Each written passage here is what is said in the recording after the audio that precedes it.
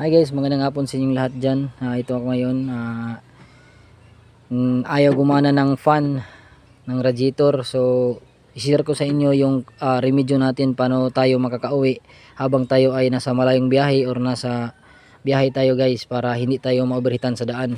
So, ito guys, itong radiator fan ko na ito is kapag kainon natin yung ignition switch is direkta na siya, naka-direct na.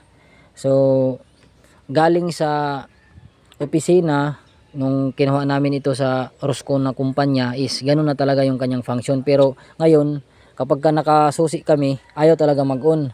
So ito guys, share ko lang sa inyo.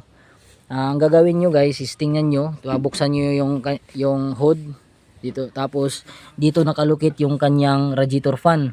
So ayan, dito may dalawang wires na makikita. Ito yung mga wire na para sa ating radiator fan. So dalawang wire lang, positive at saka negative. So itong solid blue at saka solid na black. Pero itong sa solid blue, ang kadugtong ito na wire is may stripe na siya guys. Yung blue na may stripe na pink or pula ba.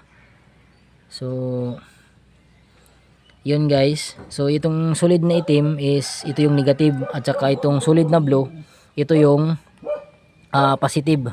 So kumuha lang kayo ng kahit na isang dangkal at kalahati na wire, lagay nyo dito sa kulay blue dito, tapos ilagay nyo dito sa ating kulay dilaw na may asul. Ito guys, oh, ito yung sa wiper motor natin.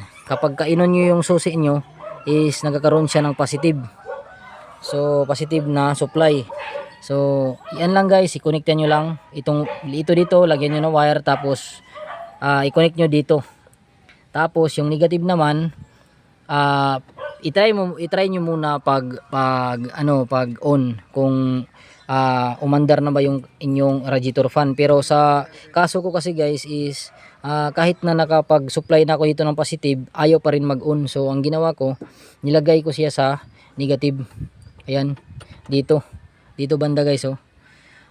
Yung tornilyo dito sa ating radiator. So ayan, lagay nyo siya dyan. Tapos nung trinay ko is gumana na. So yun lamang guys yung isi-share ko sa inyo, para hindi tayo ma-overheatan sa daan. Kahit na hindi tayo mekaniko sa mga sasakyan, is mayroon tayong kunting kaalaman pag ganitong senaryo. So yun lamang guys, maraming salamat.